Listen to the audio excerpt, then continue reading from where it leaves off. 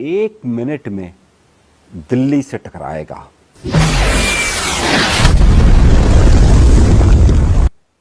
अगले सेकंड में 8 मकामात पर एटम बम गिरेंगे और फिर 5 मिनट में खबर आएगी कि 20 लाख लोग मर चुके हैं।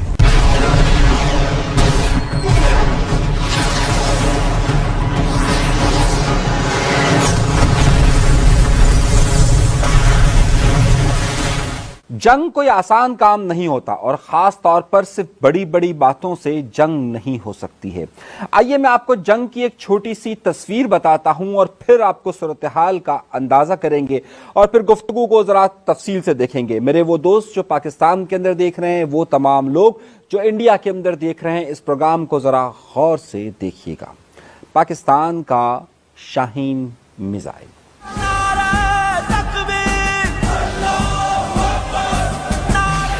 पाकिस्तान का शाहीन मिसाइल कहा जाता है कि इस वक्त का जदीद तरीन मिसाइल है शाहीन 3। ये तकरीबन 8 वॉरहेड्स लेकर जा सकता है। अब वॉरहेड्स का मतलब ये होता है कि 8 एटम बम ले जा सकता है।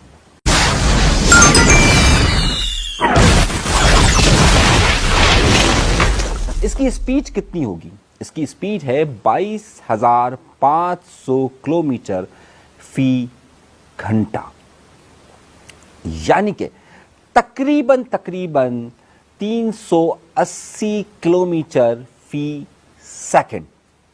और लाहौर से दिल्ली तक का जो फासला है वो 491 यानी 491 किलोमीटर है। अगर शाहीन 3 लाहौर से उड़ता है, 9 बजे का वक्त है, तो फिक्स 9:01 और 10 सेकंड पर ये दिल्ली पर हमला कर चुका होगा। जब ये 1 मिनट और 10 सेकंड के अंदर वहां हमला करेगा तो शाहीन 3 के अंदर जब 8 वॉरहेड्स हैं तो ये 8 के 8 मुख्तलिफ जगहों पर गिरेंगे। अब जब ये गिरेंगे तो क्या होगा, यहां से कहानी शुरू करते हैं।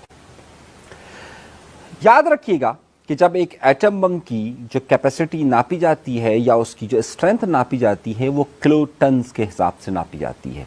जो हिरोशिमा और नागासाकी पर बम गिरे थे और जिसमें लाखों लोग मरे थे, उसकी जो कैपेसिटी या उसकी आप ये समझिए कि उसकी जो पावर, जो स्ट्रेंथ थी, वो तकरीबन 10 किलोटन थी।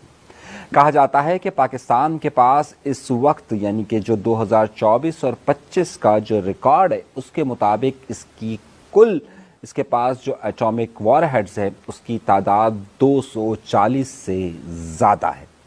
240 का मतलब ज़रा समझिएगा और फिर उसके बाद हम चीज़ों को आगे लेकर चलेंगे। एक वॉरहेड पाकिस्तान के पास ये कहा जा रहा है कि ये तकरीबन हिरोशिमा और नागासाकी पर जो 10 किलोटन के बम गिरे थे उससे कई गुना ज़्यादा है।